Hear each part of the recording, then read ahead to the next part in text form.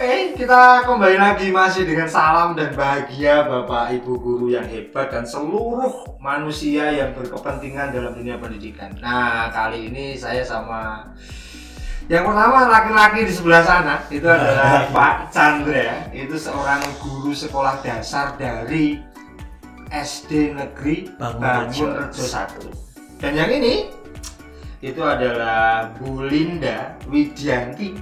Betul ya? Betul. Itu guru dari SD Muhammadiyah Sapen.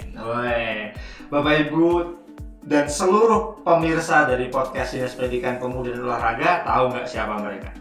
Wih, kaosnya aja sama kita ya. Sama. Tulisannya Merdeka Belajar. Merdeka Belajar. Ini adalah kaos yang kami buat ya. Kami buat di program pendidikan guru penggerak angkatan 5 dan beliaulah calon guru penggerak. Calon. Masih calon. Sebelum diumumkan masih calon. Iya. Nah, siap. Tadi sebelum kita ketemu itu saya ketemu dengan Pak Kepala Dinas. Wah, itu luar biasa sekali. Jarang-jarang ngobrol dengan Pak Kepala Dinas gitu secara berdua gitu ya. Pengen ya sih? Pengen lah. Pengen banget ya. Itu Kan Kepala Dinas kita ya. Iya. Setelah ini Pak Menteri. Wih, kita coba siapa tahu Pak Nadiem mau kesini kan? Ya, oke. Amin. Tadi kita ngobrol tentang kebijakan bagaimana Dinas Pendidikan itu memberikan supportnya terkait dengan PGP itu. Lalu dia ngarahke sama teman-teman untuk dia juga ayo daftar gitu. Cuman masih sedikit gitu. Yang sampai submit itu masih sedikit banget. Itu dan kemarin terakhir sosialisasi kita bisa lihat sendiri sedikit banget yang isi submit, tapi mereka progres pendaftar lebih bertambah. Ini sudah sekitar H-8. Pak Chandra boleh berbagi nggak? Iya. Boleh berbagi nggak? Boleh. Atau nanti ya terkait dengan apa namanya?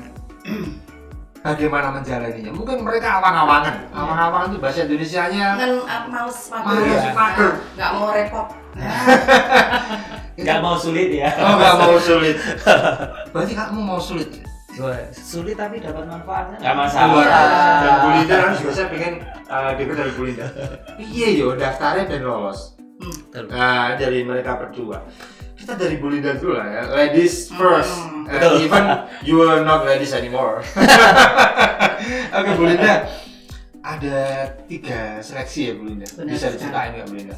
Baik, terima kasih sekali. Alhamdulillahirobbilalamin sudah kesempatan yang sangat berharga bisa mampir di Dinas Pendidikan di Kota Yogyakarta. Iyalah kan ditonton oleh ribuan orang kayak gini. Hanya ingin membagi sedikit, mungkin yang sedikit ini. Namun banyak sekali ya pengalaman-pengalaman selain saya, para CGP yang luar biasa. Tapi dari pengalaman yang saya alami dimulai dari seleksi tahap pertama. Tapi memang benar apa yang dikatakan Pak Haji itu. Kalau saya begitu melihat apa namanya itu di depan SIM PKB gitu, gitu kan kita harus memilih salah satu ya. Guru penggerak, Pengajar praktik. Diawali dari situ kan kita pasti buka klik, ada 2 pilihan di situ. Ada guru penggerak dan ada pengajar praktik. Nah, di situ ada ini sendiri persyaratan sendiri. Guru penggerak itu seperti ini, batas usianya adalah dari berapa tuh kemarin itu ya? Kalau nggak salah maksimal 50 tahun. 50 tahun lebih sehari nggak bisa? Nggak bisa ya? Nggak bisa. Oh, berarti harus 50 tahun. Pas. Maksimal. Oke. Nah itu. Jadi yang pertama kali harus kita pahami di SIM PKB itu adalah persyaratannya terlebih dahulu. Registrasi. Nah, pendaftaran di awal itu dulu yang harus kita pahami betul-betul, teliti betul-betul. Registrasi apakah yang diperlukan? Contoh, umpamanya kayak scan ya, scan KTP, berkas dokumen, kemudian ini untuk pemenuhan kurikulum vitae ya. Betul sekali, kan awal itu dulu. Di awal itu dulu sebelum kita melangkah ke yang lebih jauh. Untuk kurikulum vitae misalnya kan kayak misalnya kan KTP, ada tips nggak sih? Kan nanti ben nggak blabur gitu. Itu kalau blabur berpengaruh nggak sih Bu Linda? Kalau untuk scan itu biasa aja, cuman tidak boleh lebih dari 1 MB. Nggak boleh tuh lebih dari 1 KTP sama ijazah. Itu Ijazahnya. tidak boleh, ijazah terakhir tidak boleh lebih dari 1 MB sama scan SK ya. SK pengangkatan. Ada 3 yang harus kita upload di situ. Oke. Scan KTP, kemudian scan ijazah terakhir, kemudian SK pengangkatan. Agak pada ngomong itu bahasa Indonesianya apa sih? Malas itu adalah ngisi esai. Katanya esainya panjang, ada minimal berapa karakter. Bolehnya punya tips ya sih? Baik. Nah memang Pak Aji, di situ tuh pertanyaannya itu sebetulnya tuh cuma 5 ya. Betul. Oh cuma 5 kalau cuma 5, tapi kalau dibuka 1 banyak yang ditanyakan gitu. Oke. Nah mungkin di awal mereka ini sudah apa ya ibaratnya ya aras-arasen. Karena apa yang akan diisi di situ adalah sebetulnya kisah nyata kita. Diminta bercerita ya. Itu kan kisah nyata kita, contoh seperti ini. Pengalaman berorganisasi atau mungkin pelatihan yang pernah diikuti itu apa seperti itu. Dan itu harus 1.500 karakter gitu. Iya, 1.500 karakter. Oke. Tapi kan kalau kita bercerita diri sendiri kan sebenarnya mudah ya, Bu? Mudah sekali. Karena Dan kan di situ ada beberapa poin yang harus ada diisi. Ya. Contoh kita kalau pengalaman berorganisasi. Di situ ada tulis maksimal 3 organisasi yang pernah Anda ikuti.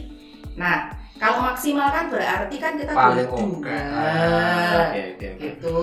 Dan di situ harus jelas contoh nama, pelatihannya apa, penyelenggaranya siapa, tahunnya kapan, itu harus jelas di situ titik poinnya sebetulnya. Berarti esai itu ditulis sesuai dengan apa yang dia alami, pengalaman yang dia alami. Nggak usah mengada-ngada, nggak usah berteori macam-macam gitu. Ibaratnya orang ngelantur belajar dermimil gitu ya bisa ya. Jadi kalau teori penulisan yang baik itu adalah kita nggak usah mengedit, ciri-ciri diedit, terus aja ndelujur seperti itu. Ngeditnya carry. Pokok yakin dulu. Iya yakin dulu. Setelah itu baru kita baca lagi. Kalau saya ada tip Pak Haji. Kemarin saya ngisi di Word dulu, nggak langsung di situ. Di Word dulu. Jadi kan kelihatan beberapa karakter gitu kan kelihatan. Terus saya edit dulu baru udah bener saya tekan di. Iya karena takutnya gini. Tiba-tiba Lestari mati, tiba aku nulis. Oke. Mengulang. Tapi sama itu sudah lolos di esai di administrasi simulasi mengajar kan. Betul. Tipsnya. Nah, untuk simulasi mengajar ini sebetulnya kita ada juga persyaratan ya Pak Haji. Sebelum simulasi itu kan ada persyaratan, kemudian dari kameranya, kemudian apa yang perlu disiapkan ada RPP, itu sinyal yang paling penting. Karena ada pengalaman teman-teman simulasi mengajar itu sinyalnya gadat itu loh, padahal mengajarnya itu bagus sekali. Karena di simulasi itu kan luring ya, kok luring maaf daring ya, sama asesor kan dilihat.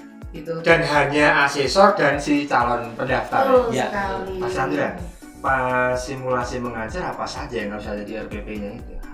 Ya seperti RPP kita biasanya ya Bu, sebetulnya maksudnya kita diminta mengajar mengalir seperti bagaimana kita mengajar. Ya tujuan, langkah-langkah, termasuk strategi. Sebenarnya saya juga mengajarnya kemarin seperti bagaimana kita mengajar, hanya istilahnya dibuat karena ini daring ya kan, jadi dikondisikan sesuai dengan syarat-syarat agar asesornya itu bisa melihat, bisa merasakan pengalaman kami mengajar. Dua hal yang harus ada di situ. Kalau menurut saya, yang pertama adalah di dalam kita mengajar harus ada alat peraga. Setuju. Sama. Alat peraganya nggak usah yang berlebihan. Justru asesor akan mengapresiasi jika punya alat peraga yang simpel, tapi ini benar-benar bisa mengena pada anak, kontekstual, dan pembelajarannya harus berpusat pada anak. Dan setelah simulasi mengajar selesai, kemudian diwawancara ya. Betul sekali. Pak Fajar juga wawancara. Wawancara itu adalah apa ceritanya di sini? Sebetulnya kita bercerita sama sebetulnya. Ketika jadi ditanya sama asesor, terus si calon pendaftar menceritakan. Tapi kalau saya kemarin kenapa nggih? Karena mungkin saya terlalu senang bercerita ya, Pak. Jadi beberapa ada pertanyaan ya. Oh, tadi pertanyaan ini sudah terjawab tadi pada saat bercerita. Okay. Jadi kadang kan tapi ya dari asesor-asesor itu satu yang semua ditanya. Saya kan pernah bertanya sama para CGP. Di awal, nah ini pasti ditanya. Kepo. Nah, ya kan? Pasti ditanya. Dan ini sama asesor. Okay. Yang pertama, apa motivasi Anda ikut CGP? Betul. Ya, ya dari situ baru kita mengalir, gitu.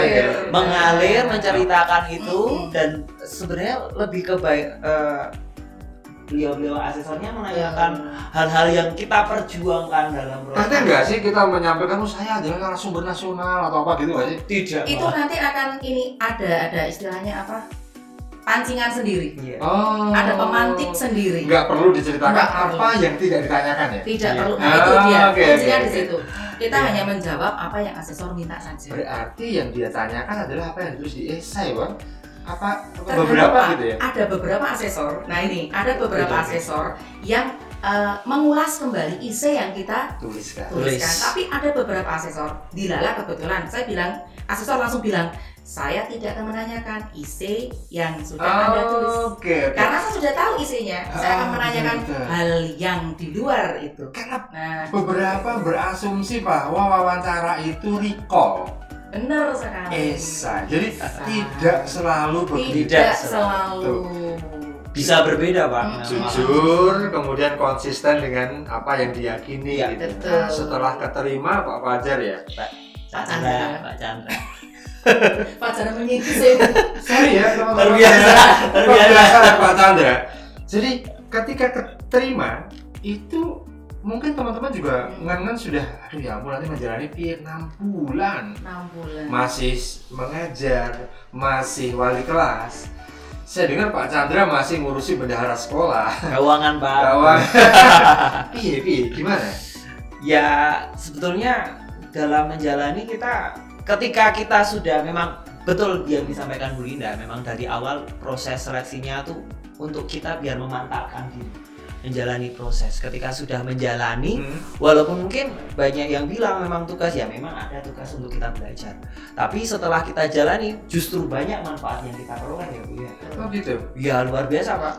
Bahkan di setiap modul ya Bu ya, setiap kita mengerjakan tugas di modul itu selalu ada manfaat yang saya terima. Mengerjakan modul di LMS ya? Iya. Terus habis itu ditambahin di sekolahan kedatangan pengajar praktik. Iya. Itu saya curhat ya? Iya. Saya ya. Sharing. Ya, menurut Bu Linda ada 2 pendampingan di program penggerak sama pengajar praktik, ada pendampingan individu sama pendampingan kelompok. Bagaimana menurut Bu Linda ini? Supaya teman-teman pengen iming-imingi ya? Oke. Saya kembali dulu yang hubungannya dengan tadi ini ngalir aja ya. Bebannya ya? Iya. Jadi gini. Sebagai guru, wali kelas dan masih menjabat beraneka macam tambahan ya. Tidak menjadi masalah karena apa? Karena 70% kita masih stay dengan anak didik. Iya. Kenapa? 70% loh ya. Yang 30% itu kita laksanakan secara luring di hari Sabtu.